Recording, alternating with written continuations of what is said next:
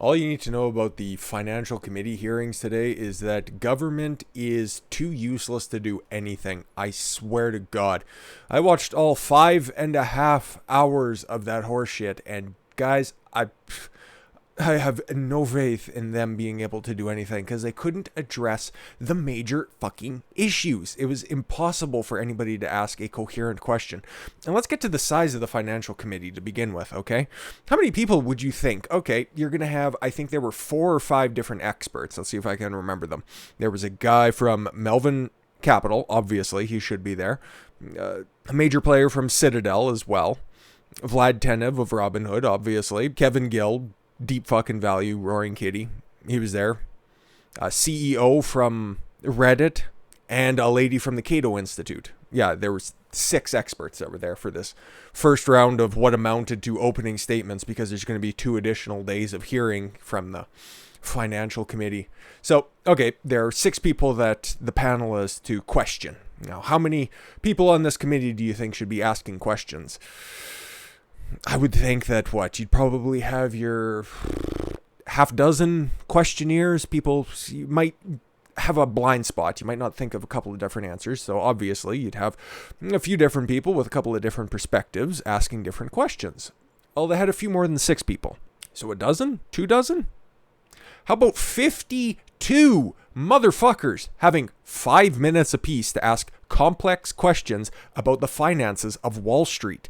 Do you think you could get anything accomplished in a 5-minute period when the CEOs of these different large industries, who don't want to give up any secrets because they're all under oath, do you think that they're going to explain anything in 5 minutes other than, here, I'll just give you a perfect example. The CEO of RobinHood, Vlad Tenev, every time he got a direct question, and it didn't matter what they were addressing, he would go, "Congressman or Congresswoman, thank you for that question. That's a very important question. I appreciate that question." And he would just eat up time, and he wouldn't say anything. He wouldn't be that quick with his response. It would more be, "Thank you very much, Congressman. That's a very important question that you have there. It's a very good question that you have there. And let me be clear."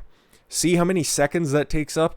And all of these congressmen just want to come up and immediately are like, "Well, I represent this congressional district, and we have a very, very big problem with Wall Street fat cats taking all of our money, and the little guys getting crapped on and having to foot the bill for all of Wall Street's different corporate practices that just don't." You can see where it goes. They just end up eating most of their 5 minutes, and then by the end, because they can't fucking formulate what they're actually going to say, instead of just standing on their soapbox trying to get, I don't know, virtue signal points, the entire committee is way too big, okay? You should just have your best questionnaires come down, ask the questions, get to the substantive points, because there was supposed to be a direct and coherent desire from this day's questioning period, because there was a title for it. I'll get it here. Yeah, the exact title for the committee meeting today was GameStop? Question mark. Who wins and loses when short sellers, social media, and retail investors collide? So what do you think the important questions for that would be? Okay, so Robinhood suspended trading of GameStop, AMC, Bed Bath & Beyond, BlackBerry, Nokia, all of those fucking nostalgic stocks, okay? All of the ones that were trading late January. Okay, they stopped that, and then they put them back online, okay? Why did they do that? That would be something you want to drill down on. How about because you have a major player from Melvin Capital there? Ask him, how do you short sell 140% of a stock? How do you do that? Get to the bottom of that question. What were most of the questions about? High volume trades. A couple of those assholes going off on, "Oh, did Reddit conspire to this? How do we know what kind of transparency is there? What are you guys at Reddit doing to stop the spread of disinformation?" I could see what that dude was trying to do from a fucking mile away. What they're trying to do is they're trying to regulate the internet because they don't want their big funders, because, hey, guess what? Most of this panel, financial committee, is staffed by Democrats. There are Republicans on there, but I would say it's about 75% a Democrat, at least by the way that they were questioning. The financial committee feed that I was watching didn't have a party designation at the end of their name, so it was tough to tell. I researched a couple of them, and a couple of them it was so obvious that they were Democrats or Republicans that need not look up, because Why would you have on a financial committee, I already know the answer to this, why would you have Alexandria Ocasio-Cortez and Rashida Tlaib, two people who are avowed socialists, on a committee that is supposed to be holding the purse strings of a capitalist country, the most successful capitalist country of all time? Why would you have them on the panel? I know why. Because Democrats hate free markets and deregulation. Because that's how you solve this. It's not through more regulation. I amend that for a minute, okay? The only piece of regulation that would be required is you cannot short sell more of a stock than exists.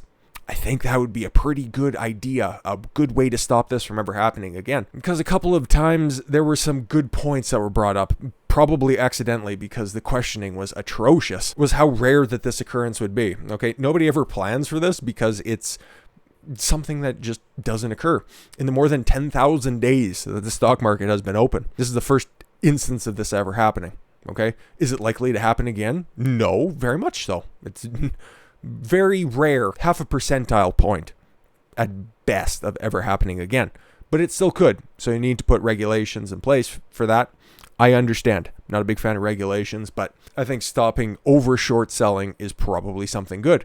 But how about getting to the fact that maybe overregulation led to this? How about that the SEC, the Stock Exchange Commission, has a 2-day window that the stock sellers, the RobinHoods of the world, before they can complete a trade, they have to hold the stock for 2 days to cover any sort of imbalances, to make sure that this was a valid trade, to make sure that all parties are taken care of. If that gets shrunken down to a day, maybe half a day, some hours, get it maybe the exact second of, I think that'd probably be the best solution, because the only people who were speaking out against that were the Citadel rep and then the high-ranking official at Melvin Capital and Vlad Tenev himself. But I'll be frank and honest, I don't know a whole hell of a lot about the stock market, the finances.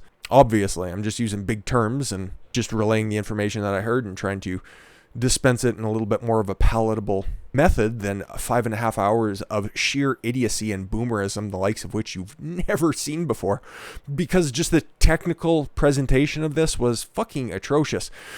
And there's no point in going question by question, because your ears would fucking secede from your head if you had to listen to it. But you know who the chairwoman of this was? And she had to preside over this? You can't make this up. It was Maxine Waters. Yes, that Maxine Waters. She's the chairperson of the Finance Committee for the House of Representatives of the United States of America. And she was a boomer who could boom all the booms, because everybody was on a Skype call. All 60 plus people that were on the call. And instead of just conducting her business where she'd be, okay, the chairman from Massachusetts is now recognized for 5 minutes. Keep a timer running. And then at the end of the 5 minutes, you could just press fucking pause. Or you can mute the guy if he runs over his time, if he's not finishing up a sentence or whatever. If he's trying to just babble on like Rashida Tlaib and AOC did. Boy, did she fucking expose herself as not being the right type of person for Wall Street Bets to take up as the big savior. Yeah, you guys may know stocks, and hopefully your skulls aren't as thick as your hands are, because if you're looking for a savior, that ain't it. No, the old woman, because I'm pretty sure Maxine Waters is the other side of 70, and asking her to work technology was atrocious because, yeah, instead of muting somebody, she would just bang her gavel. You're on a fucking Zoom call. You guys aren't in a big auditorium. You aren't in the House chambers. All you could just do is just mute somebody and say, hey, Tom's time is up. I'm recognizing the chairwoman from New York. But no, that would make sense, and that would make big substantive changes to something that these people have been accustomed to for fucking decades at this point. People who are just lifelong politicians who can't adapt to change one fucking bit, but keep calling for it every time that they're up for election. But realistically, they didn't accomplish anything today. It was just a big Spurg session. I just have this as a background because Congress is so inept. They made Vlad Tenev look like one of the smartest people in the fucking room. They barely talked to the guy from Melvin Capital, who just looked like a beaten motherfucker. Like, he was sitting in an office where it was just a drab background with a desk that had nothing on it. It looked like it was just an emptied out porn set. He had like a printer off to his right, and he was just talking into a computer screen like he had to sell everything in the background in order to fucking cover the short squeeze that he went through. Like, the dude will never be overshorting again. I think he learned his lesson, and he was probably the central figure in this. he was the guy who lost $6 billion over the course of a couple days. And the major question never got asked. 140%, I think, got brought up once, and it wasn't even in the context of a question. It was in the opening monologue of one of the congressmen who was speaking at the time. And 53 people are on the financial committee. One person didn't show up, so 52 individual people had 5-minute segments. And at least they ran back to back. They only had a couple of different stops because Maxine couldn't run her fucking computer. But yeah, that just leads me to my final point here, that these committees are totally outdated. Like, if you're trying to discuss stuff that is this complex in a 5-minute period, you aren't going to get anywhere. You can't distill the complexity of naked shorts, hedge fund cash flow, and the inner workings of stock trading like in a 2.5-minute yes or no response. It's impossible. And maybe the format will change in the next couple of days. I highly, highly doubt it, because they're supposed to have more experts on, and I believe the same witnesses are supposed to come back because they're supposed to have more written testimony submitted to the council as well.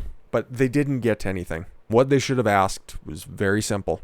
140%, how do you get there? Why did you have to shut down the various different stocks for a day? And you know what? Honestly, these guys are at the top of their field. They're some of the most important players. Ask them what the fucking remedy is. That doesn't mean you have to take their advice or anything. They just know their field and collect the information. Stop pretending like you guys know everything. They know a lot more about this stuff than you guys do. Take their fucking advice on this. You have people from both sides of the aisle, like the lady from Cato Institute. She was called on a bunch, and she seemed like she was on the side of, yeah, let's just let these stock markets just kind of act as they did. Yes, this was a one-off, but more regulation is not the answer. And the only thing that the Democrats on the panel, final point, they wanted to bring up was a 0.1% trading tax. And how would that help retail investors? How would that help little money? It really wouldn't, because all of those taxes would just get offset on the people doing the actual trading. And the big hedge funds, it really wouldn't fucking matter. The only people who are going to get hurt are the end users, and that would be the people, because those taxes always get offset on the customer. That's just how it works. That's how it works at every level. You don't believe me? You guys have government sales tax up here in Canada. You guys have state sales tax in most of the states around the country. And why is it one day you can go in and buy a gallon of milk or 2 liter of milk, and it's up here, it's what, I think $4.30 something or other? And then the next day it could be $4.50. Why? Oh, because new regulations. Oh, there's a recycling tax. Oh, it went from 10 cents to a quarter now for a 4 liter. I don't know what it is. But you get what I mean. More taxation would not fix this from occurring. But it just really exposed the Democrats as just licking the boots of Wall Street, because that's where most of their money comes from. That's where most of their funding comes from. And there was really no pushback against them. They were just trying to grandstand and get their little soundbite clips so CNN and MSNBC will play them and make them seem like they're just really fighting for you and making their voices heard. It was a fucking show trial that made some of the impeachment managers blush. One of them was actually part of this committee, and she was just as stupid as she always has been. So with that said, guys, yeah, that's a wrap up on day 1. Probably watch the next few days. I don't know when the next meeting is supposed to be. If it's tomorrow, we'll talk about it. And if it's next week sometime, I'll try to give you guys some heads up as to what to pay attention to, I suppose. But with that said, I thank you all very much for the gift of your time. I've been Don Consuelo. I want you to follow your gut and get after it. Take care, everyone.